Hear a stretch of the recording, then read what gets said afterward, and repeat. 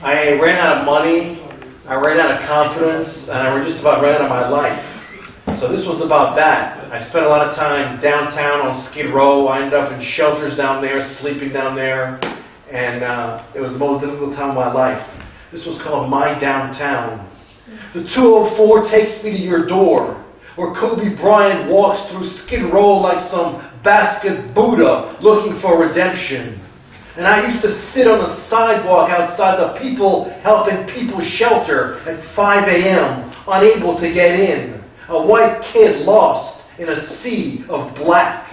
This nuclear explosion, this city within a city, where 9 cop cars gallop to every call. But I can't even get in, even though I was looking for work until 8 p.m. And the small luggage on wheels I roll through the streets never falls apart, stitched together by God and sanity. It is the black folks with their "don't give up and you'll make it" that get me through. It usually is. Down here at dawn, where one San Pedro is bronze and Figueroa blonde, I see City Hall from another orange city bus, another fake bus pass flash at another unfocused driver. All those guys in the shelters finding a slice of peace, and I dream of what this city could be, of what it is, and of how the two intersect. And finally, they let me in, only to dump me back out. And my blisters have blisters. And in the morning, they empty the shelter, and the chess pieces just sit on some steps across the street, drinking alcohol and smoking crack. And I changed my party affiliation to Republican on account of the wasted disability dollars. The days are longer than Lincoln's Gettysburg Address, and I pray to be let out of this bird cage because I haven't done anything to deserve it. The swan has died, and in its place stands a slender eagle. Soon my father will ride his white steed to my rescue, but not before I vow never to forget these days and nights in bondage. Because what is a poet without memories? And what are we all without torn socks?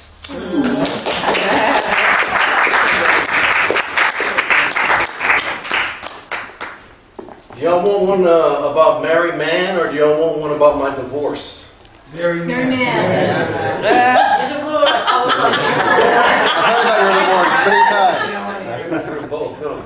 I wrote this one about Mary. I hope you don't kill me after I read it. But anyway, she has to buckle up. It's called NOHO Nurse. In White Veil, you remind me of Florence Nightingale. Except Florence didn't sing; she only nursed. With pen in hand, you changed now to then and wow to hen. You steely Democrat, you love me, but aren't sure why exactly. Only that if I were 30 years older or you were 30 years younger, but that is an old story for the Bible. This is new, your advice and care, like my second mother in a town where motherhood is akin to sainthood, and emotional orphans wander Hollywood Boulevard selling their body for pennies and their souls for free. But NOHO Nanny, you widen my English Channel and broaden my Pacific Ocean, flying into that full moon you told me about. Father in uniform, still towing you to shore, Australian Anzac Alice. Feel the Gallipoli in your head and the Great War between your thumbs. You cannot stop progress, dearest one, only delay it. Like a song does time, and a stolen book does rhyme.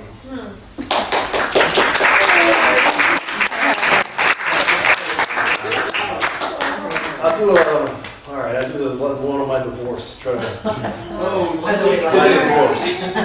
I walk around town telling the manager at Popeye's Chicken in Santa Clarita that my divorce is 70% my fault. But just before I finish my last spicy breast in the 13-piece feast of dark meat for $9.99, I go up to him and tell him it's 50-50.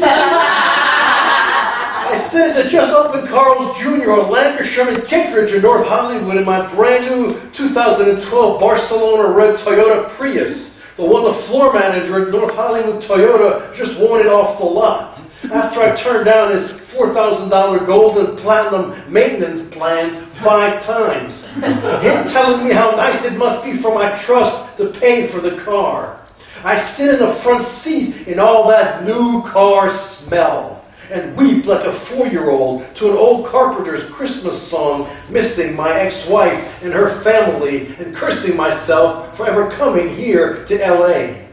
I put the future in God's hands and drive off, hoping not to get into the same kind of an accident that forced me to buy the Prius in the first place. Accidents are traumas, but not nearly as great as traveling 3,000 miles to a town you don't know and almost starving to death because the separation anxiety and homelessness drive you to Delusion Disneyland and a quick gaze into the rearview mirror just to see if the great wishbone in the sky is not following you.